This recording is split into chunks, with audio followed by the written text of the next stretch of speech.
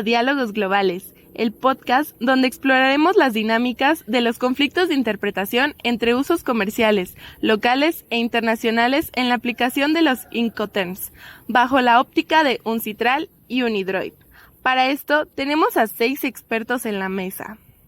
Primero, el licenciado Alan, abogado internacional experto en Uncitral.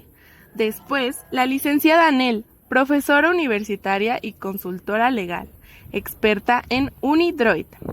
Después, tenemos al joven Chains, dueño de una empresa exportadora. A la licenciada Maffer, especialista en resolución de conflictos comerciales. El licenciado Omar, experto en Derecho Comparado. Y por último, a su servidora, la licenciada Anet, especialista en Derecho Internacional Privado.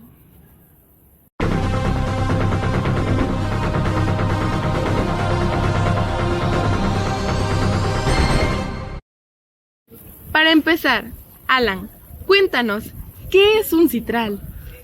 Claro, Anet. La Comisión de las Naciones Unidas para el Derecho Mercantil Internacional, o Uncitral, nos dice que este es el principal órgano jurídico del sistema de las Naciones Unidas en el ámbito del derecho mercantil internacional.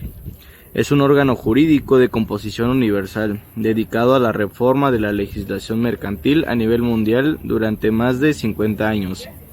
Consiste en modernizar y armonizar las reglas del comercio internacional, desarrollando normas como la Convención de Viena sobre la compraventa internacional de mercaderías, por sus siglas CISG, y las reglas de arbitraje Uncitral.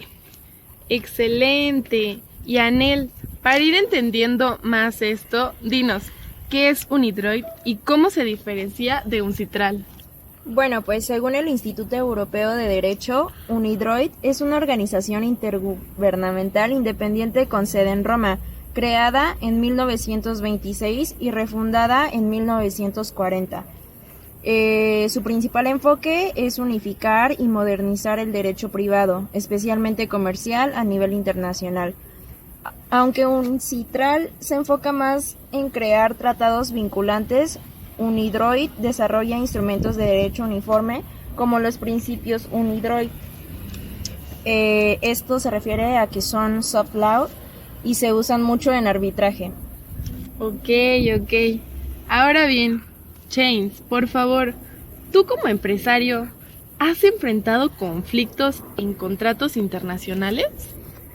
Claro, muchas veces las diferencias culturales y legales entre países generan malentendidos. Por ejemplo, tuvimos un caso donde un cliente alemán esperaba ciertas tolerancias técnicas que para nosotros en América Latina eran inaceptables. Hay veces que llega a ser muy difícil acordar con otros países debido a los modelos que cada uno tiene. Ese es un ejemplo perfecto de cómo las costumbres mercantiles pueden influir. Como árbitra, veo esto a menudo. Si no hay una cláusula expresa de ley aplicable, se puede recurrir a principios como los de Unidroid o incluso a la lex mercatoria. Fíjate que hablando de esto, me trae a la mente el caso del Tribunal Supremo Español en la sentencia 783, si no mal recuerdo es 1999, donde existió un contrato de compraventa internacional de maquinaria entre una empresa alemana y una empresa española. Pero en ella la empresa española se negó a pagar parte del precio alegando que la maquinaria no cumplía los estándares técnicos esperados. Y la empresa alemana alegó que conforme la costumbre mercantil en Alemania, las tolerancias técnicas eran aceptables y no constituían incumplimiento.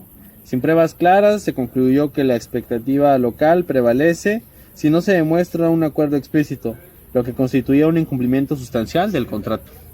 Exacto.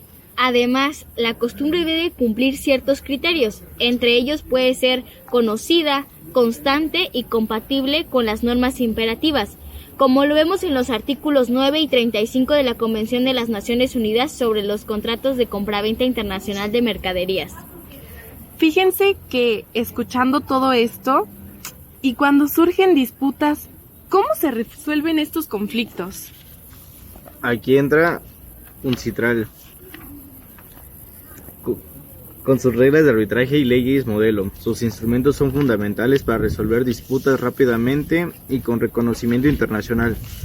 Por ejemplo, la ley modelo de la CNUD MI sobre arbitraje comercial internacional, que en el año de 1985, con enmiendas adoptadas en 2006, está formulada para ayudar a los estados a reformar y modernizar sus leyes sobre el procedimiento arbitral a fin de que tengan en cuenta los rasgos peculiares y las necesidades del arbitraje comercial internacional. Asimismo, regula todas las etapas del procedimiento arbitral, desde el acuerdo de arbitraje, pasando por la composición y competencia del tribunal arbitral, y el alcance de la intervención del tribunal hasta el reconocimiento y la ejecución del laudo tribunal. Todo esto es con fundamento a la Comisión de las Naciones Unidas para el Derecho Mercantil Internacional. Y bueno, también no olvidemos los principios UNIDROIT, que son muy útiles cuando no se ha elegido una ley específica en el contrato, y esto nos proporciona neutralidad y flexibilidad.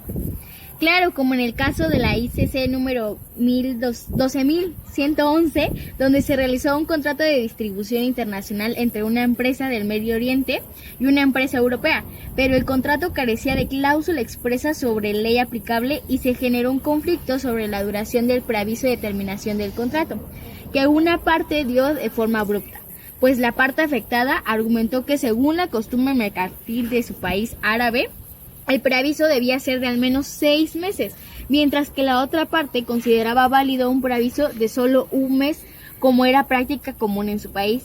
El árbitro usó estos principios para resolver una disputa sobre la duración del preaviso de terminación, evitando imponer un estándar unilateral.